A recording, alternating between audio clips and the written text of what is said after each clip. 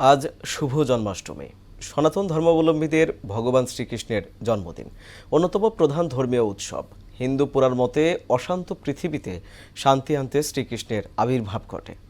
দেশজুড়ে ধর্মীয় ভাবগাম্ভীর্য ও আনন্দ উৎসবের মধ্য দিয়ে এ দিনটি পালন করছে হিন্দু সম্প্রদায়। তবে এবারের জন্মাষ্টমীর ব্যয় সীমিত করে বন্যা দুর্গতদের ত্রাণ তহবিলে দেওয়ার সিদ্ধান্ত নিয়েছে তারা। আরও জানাচ্ছেন উষা ফেরদৌস।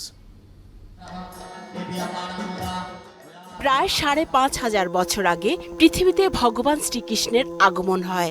ভাদ্র মাসের কৃষ্ণপক্ষের অষ্টম তিথিতে মথুরায় কংসের কারাগারে জন্ম নেন কৃষ্ণ।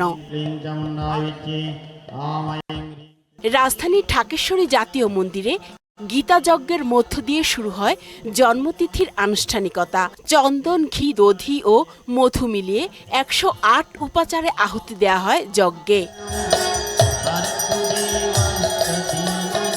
শ্রীমত ভগবত গীতা, যেটি কৃষ্ণের অমীয় বাণী, যা যুদ্ধে কুরুক্ষেত্রে অর্জুনকে শোনানো হয়, সেটি মহারাজেরা পাঠ করেন শ্লোক আকারে।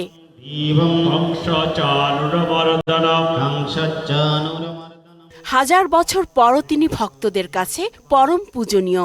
অর্থময় ও দুর্জনের বিনাশে শ্রীকৃষ্ণ যুগে যুগে আবির্ভূত হয় ধরাধামে। যখন এই পৃথিবীতে অধর্ম বৃদ্ধি পায়, তখন দুষ্টের দমন এবং সৃষ্টির পালনের জন্য ভগবান তার নিজ দেহে অবতীর্ণ হন। কর্ম অনুযায়ী সবাই সবার ফল ভোগ করতেছে এবং সবাই সুখ ভোগ করতেছে। ভগবান শ্রীকৃষ্ণের কাছে প্রার্থনা জানায় উনি যেন এই সকল মানুষকে সুস্থ এবং সুন্দর রাখে। অশুভ শক্তি যেন আমাদের বাংলাদেশে আর স্পর্শ করতে না পারে, এটা আমাদের প্রার্থনা থাকবে। যুগে যুগে আমাদের মধ্যে যখন আসলে দুষ্টের অত্যাচার শুরু হয়, তখন কিন্তু তিনি কোনো না কোনো ভাবে সেই দুষ্টের দমন করার জন্য আমাদেরকে সেভাবেই প্রেরণ করেন। দুষ্টের দমন করে ধর্মের প্রতিষ্ঠা করবে। সনাতন ধর্মের অবতার রূপে প্রেম, সত্য ও ন্যায়ের প্রতিষ্ঠায় তিনি বারবার ফিরে আসেন মর্তে।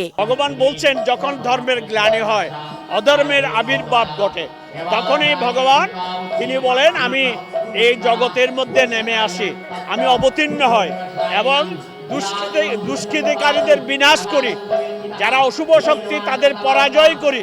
এবারে বন্যাসহ সব সংকট থেকে মুক্তির প্রার্থনাও করা হয়েছে শ্রীকৃষ্ণের জন্মতিথিতে।